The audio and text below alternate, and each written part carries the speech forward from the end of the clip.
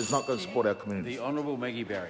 Thank you, Mr Chair. I'm going to use my time in this House today to talk a little bit about this government's track record and our future plans for the Arts, Culture and Heritage Centre and sector. So I begin with the Regional Culture and Heritage Fund, which was a fund that was usually really for sort of historic collections, nationwide importance, buildings and places that were absolutely the creme de la creme. And while it is important to support those, it has also been important to change the rules, which we did last year, and this was the first time that the Regional Culture and Heritage Fund had the kind of brief which has seen the announcements that I've been making over the last couple of months. And I look around this chamber and I see many areas and hard-working local MPs who have advocated for places within their own electorates and within the regions that really need a little bit of extra support. So a $30 million fund over 3 years.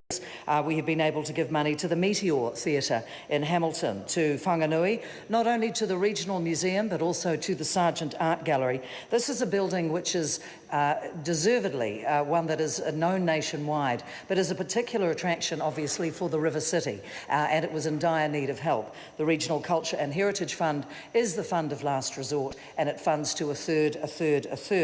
Whakatane's Museum and Research Centre, which combined for the first time iwi as well as colonial artefacts and meeting rooms and meeting places, is, I think, a game changer for Whakatane. The Nelson School of Music and Eastland Southlands Gallery similarly benefited. And in the Hawke's Bay, the Opera House has been given an additional $4 million for seismic strengthening. Now, this is a building that was originally given seismic strengthening by a community that worked hard to raise those funds, and I commend the local council at the time on allowing that to happen. But it needed more money, so the fund has enabled it to get to the level now where people are able to access it safely. Similarly with the Whangarei Art Museum, otherwise known as the Huntavasa, that is an extra $3 million that has gone into that, and I commend Dr Shane Retty, who has been an articulate and hard-working and, shall we say, unswerving advocate for this extraordinary project, which is going to do a lot to change,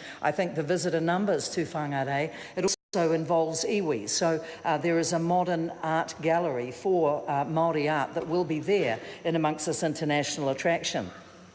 The Heritage Earthquake Upgrade Incentive Program, we've niftily called Heritage Equip, came into being in last year's budget, and we've set up an expert panel that now evaluates properties. This is a particular fund that's designed to assist private building owners to strengthen their earthquake-prone heritage buildings. It's about a $10 million fund, and we have made announcements in Dunedin and Napier. We are about to make them in Nelson and Christchurch. This is where we feel that the character of a town or a community could be lost if it was left up to individual owners of buildings that require extra maintenance. It is at a much more expensive level than just regular maintenance, and it also means that the integrity of the character of that original architecture is kept in place. And these are the kind of things that almost money cannot buy, that are priceless, but they need some help from the Crown, and we do not resile from a leadership role. As we did not when it came to the New Zealand film sector.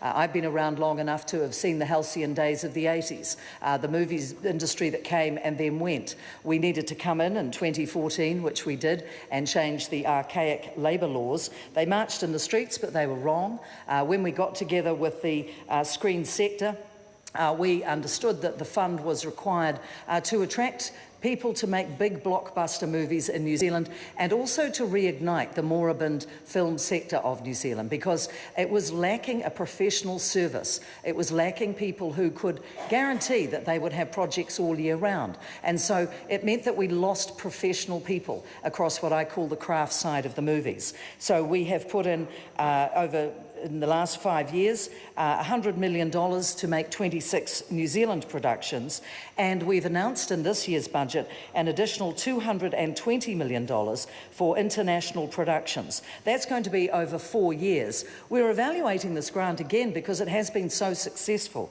And when it comes to the New Zealand productions, we've brought forward $25.5 million to enable about $64 million to be made available over a 4-year period to sustain our vibrant screen industry. It not only makes us all feel good, our screen stories are told in a way that is eloquent and also, Mr. Chair. Tracy Martin. Thank you, Mr. Chair. I'm going to dedicate